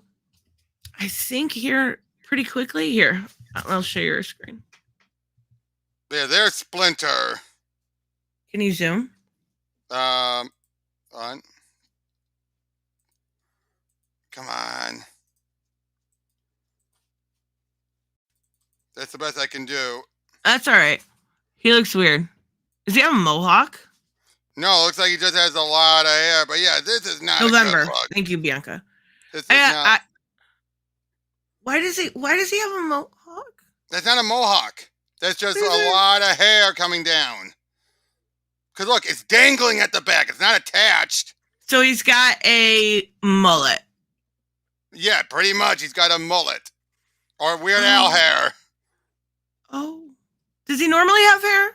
No, he usually just has his own fur. Oh my! Yeah. James said he looks like a pinata. And that's his voice, voiced by Jackie Chan. It's just like Jackie Chan doing the voice. That's cool. Look at the design. Not cool. Yeah, I don't like it. I'm not gonna lie. That and the April O'Neil designs, I am not a fan of. Yeah, the turtles look fine. The turtles look great. I do love the little joke thing.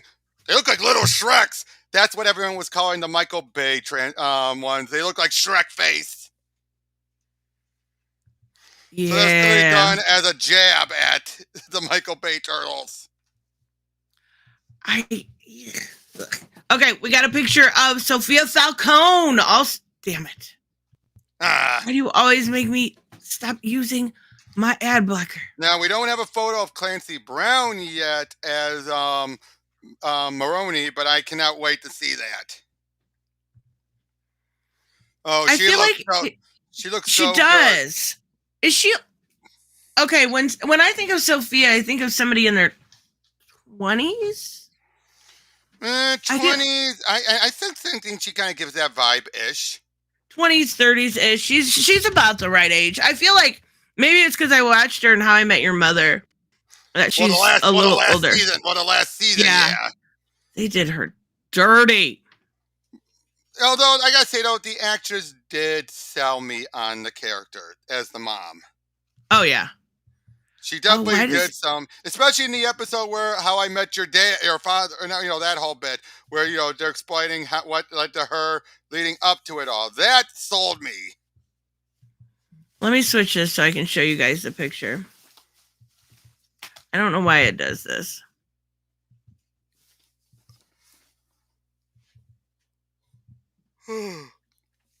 Again, that is incredible. It's going to be so freaking good. And for a long time, I thought this was canceled, and I'm glad it's not. Yeah. I thought they had replaced it with, like, they had rumored an Arkham series, and holy crap, that car is beautiful. I think they combined elements to it. I think they probably combined some of the other elements. But apparently, yeah, this takes 1 week. It takes place 1 week after the Batman. Oh, so it's right after. Yep, so he's definitely going to start climbing up the ranks. That is awesome. But yeah, you have Clancy Brown as Maroni. I like that. Now, do you think we're going to get a Harvey Dent anywhere? Ooh, that's a good question. They could very easily put him in the DA position. Exactly. We don't need a Two-Face, but we just need to set up Harvey. Mm-hmm. They could actually set him up in this for even the third movie. Exactly. That's what I love about this. That they're, in a way, this is almost, even before James Gunn came on board, this was following similar to what Gunn's eventually doing, having the shows and the movies tie together. Okay, that sounds like your cat fell into the trash can bin. She fell into a bag I have next to me, yeah. There's no way the city got rid of that much water in 1 week. Yeah, he's not wrong. I didn't think about that. I'm betting we probably will still have the city flooded, I bet. But yeah, this is going to be about his rise to power. Oh my God, what is wrong with you guys today? Was it a full moon last night? Maybe. So, oh my goodness. It's going to be 8 episodes. Ooh, okay. And it's going to be on HBO Max, right? Yep. And all this, wait. So it's all the saying that now it's somewhere else. It's saying that it's going to take place shortly before. So that means it's going to be a small window. Wait, it's going to take place before? So it's basically saying it's okay. One spot I see on this wiki article says it starts a week after, but then another part saying this takes place shortly before part 2. Okay, so it's all we know is it's going to be in between part 1 and part 2. Yep. I Now, mean, I gotta say, the fact that they're calling it part two tells you that this is going to be treated like it's an immediate sequel, not a distant sequel. yeah. I mean, it's a good bridge to gap between the two. I hope, like I said, I hope we get. I don't even care about the Batman stuff, really. I love that the fact that they are like, what are you guys doing? They're in their bag of food, playing in the bag, not eating it. They're using the bag as a toy. Oh my god! I apologize, guys. But They're and Gerald are girls. boys, Boys. Why do I say girls? Boys. I don't You know. have They're one girl. confused boys. They like to hump each other. Yeah, I have one girl. They want to show dominance. No, they're just gay. I don't remember what I was even saying. But if they're gay for each other, wouldn't that be incest? Uh-huh. So long as they get around the Hush, yeah, because they set up Hush so well.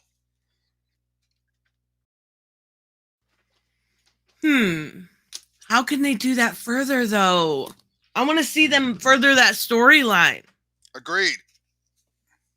I don't know. There's definitely, I wanted to talk about this too, because I didn't even realize this was going to be a controversy. Are you watching The Last of Us? I have not caught up on it. Which means no. Oh, I saw this article. I knew you were going to talk about this. Oh my God. How dare you say anything bad about Christians? That's really not it. No. Okay. Don't do that, guys. Again, that's a bad thing. This episode was so good and creepy and fucking horrifying. So how did they handle the cannibals? Oh, they were cannibals for survival. But what does it mean though about saying that they're Christian zealots? First of all, if they're zealots, then that means they don't represent all Christians. What's their problem? Because I want to be offended over everything time, right? Because that's just... Basically what happened is it was almost beat for beat like the game, except for he had this, like, he didn't believe in God before. He said the cordyceps made sense to him, and that's where he kind of started to get his belief. That ended up being a lie. He just uses God as a way to manipulate other people. Where have we seen that before? How many televangelists have we seen do that, and so many other cult leaders? Exactly. So what's their problem? It's not like they're saying all Christians are like this. What is with these guys and thinking, how dare they bash Christianity? They're clearly saying all Christians, when nowhere in this is they're saying all Christians. It's the same logic when Star Wars say we don't like people being racist, saying they're attacking the fans. It's that same logic there. It's that victimhood bullshit. Or She-Hulk. Oh, they're attacking the trolls and the haters. Oh, they're attacking all fans. So you're saying you're all trolls and haters? Yes! Oh my God. Hold on. I have to move this bag. They're going absolutely nuts.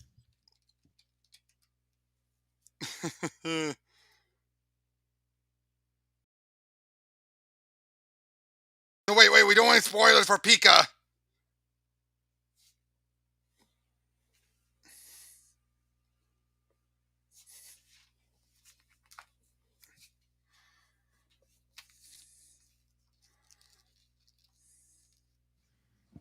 I think that was their way of telling me that they need cat food, because the bag's empty and they're just playing in it like it is the best thing ever.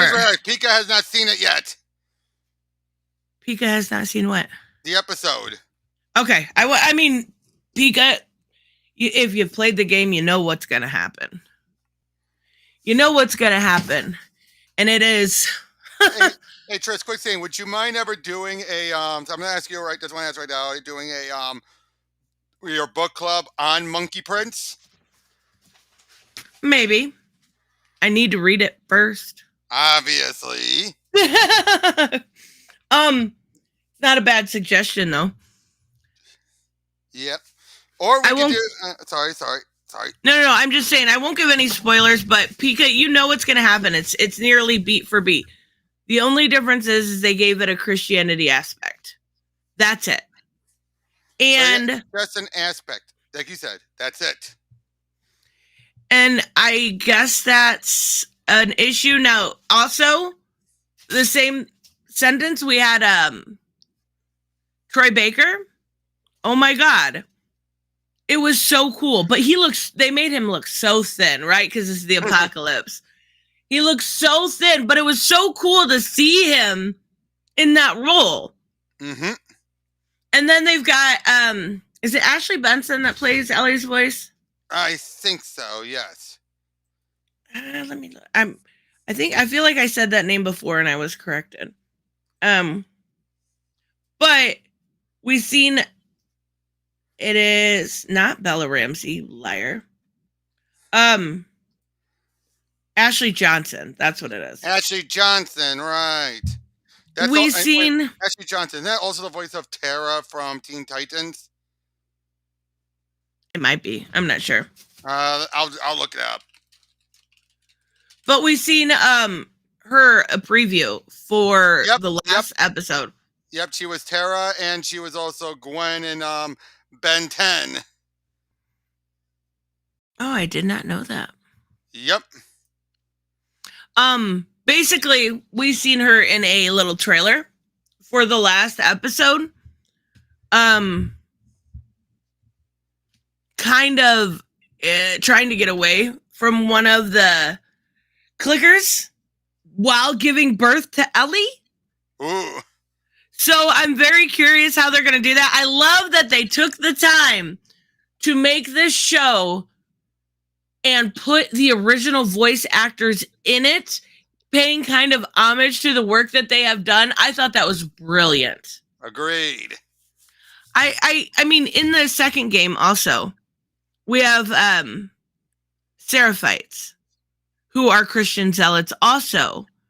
I'm sure that upset people too. So, I mean, they're just kind of combining the things. I wonder the further they go along if there might be more of a connection. Also, here's the other thing is, what are people expecting is going to happen with religion during the apocalypse? Of course, you're going to have more of the zealots who are going to feel that this is their chance to take charge.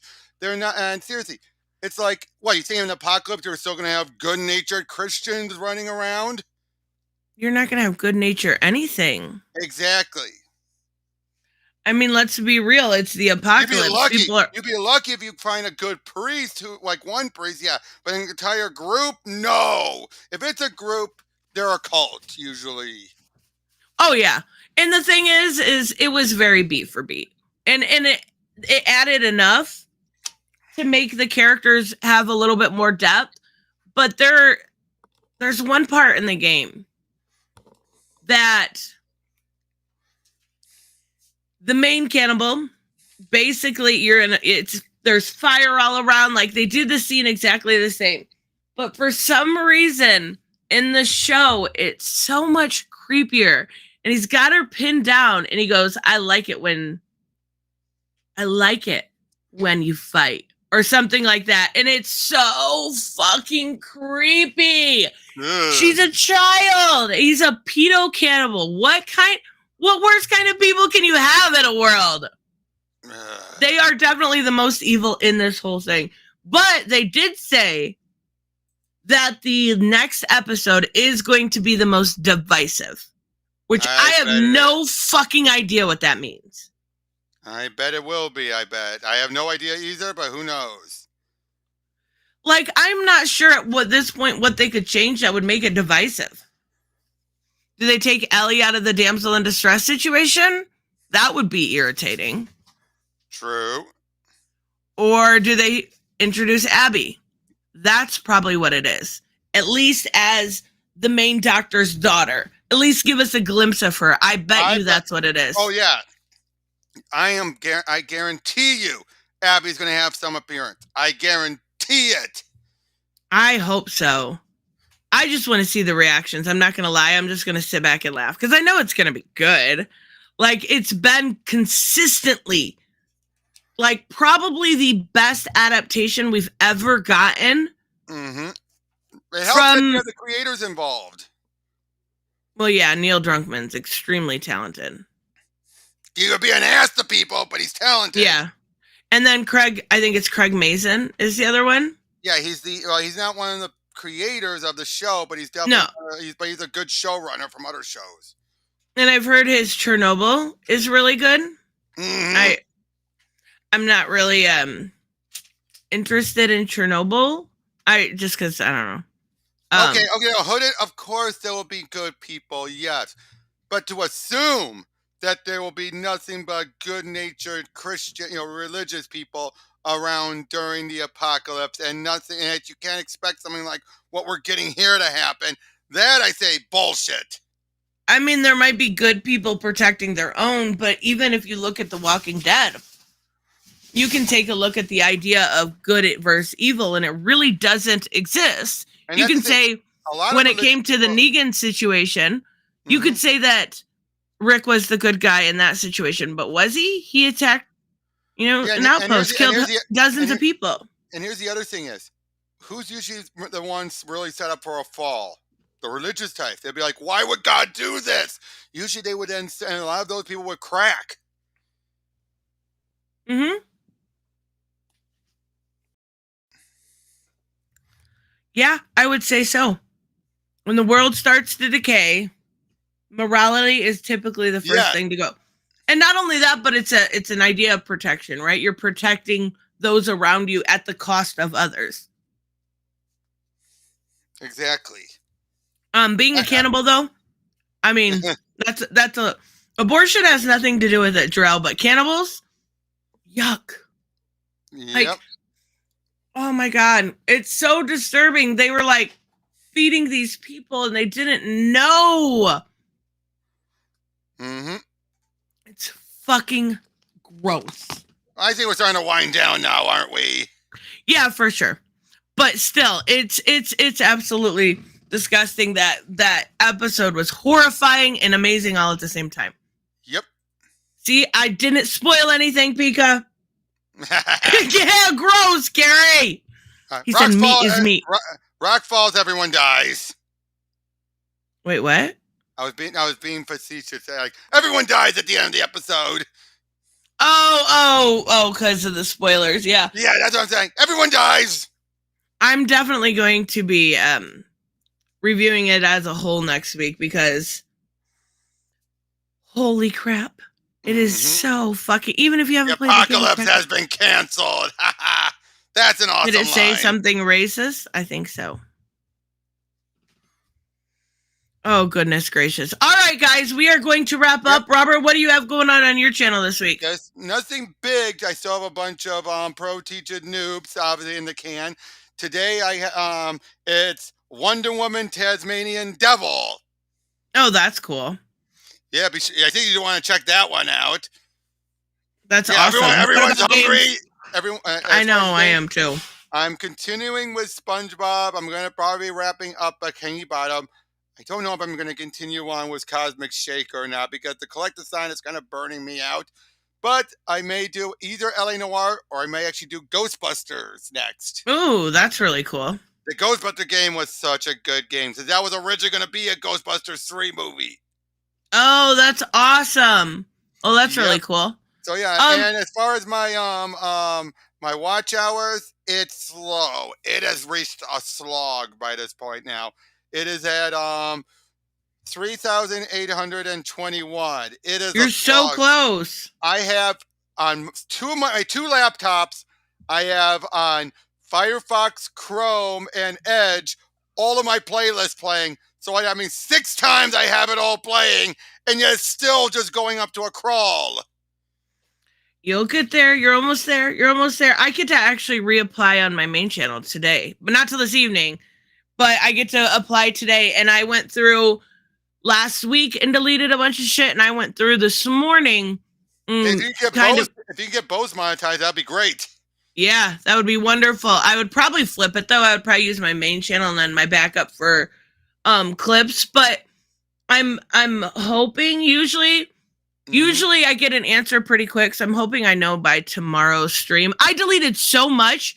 If I do not get monetized, there's no excuse for it at this point. None whatsoever. So I am fucking hoping I know something by tomorrow. But I think I'm gonna probably. 'Cause play continue some Arkham City and finish that up tomorrow. If for some reason my thumbnail is posted on my main channel, you know I got monetized. Mm-hmm. By the way, you already finished it technically. You just gotta now do the side missions and the Harley DLC. I mean, yeah, but I don't want to finish it. I want to keep going. Okay, you can still keep going. That Harley DLC is so good. We'll probably get that tomorrow. That's what we'll do. I would say, how much you want to bet you're just going to be bumbling around trying to find and being like, guys, where is everything? Yeah, that sounds like me. Or running into walls. Yeah, sounds about right. Oh, I'll be honest. I've been replaying through Gotham Knights right now a little bit, and I gotta say, after going through all the Arkham games, it's painful because it's so much of a slog to get the different places. It's like, yeah. I realize the transportation sucks in Gotham Knights. It sucks. Everything. And it helps when you can't drive. Yeah, well, that too. But I'm saying it's so slow. You even doing the grappling hook because you can't. It only works with Batgirl. I do like Nightwing's his tightrope thing, but that's so slow too. Everything is so slow.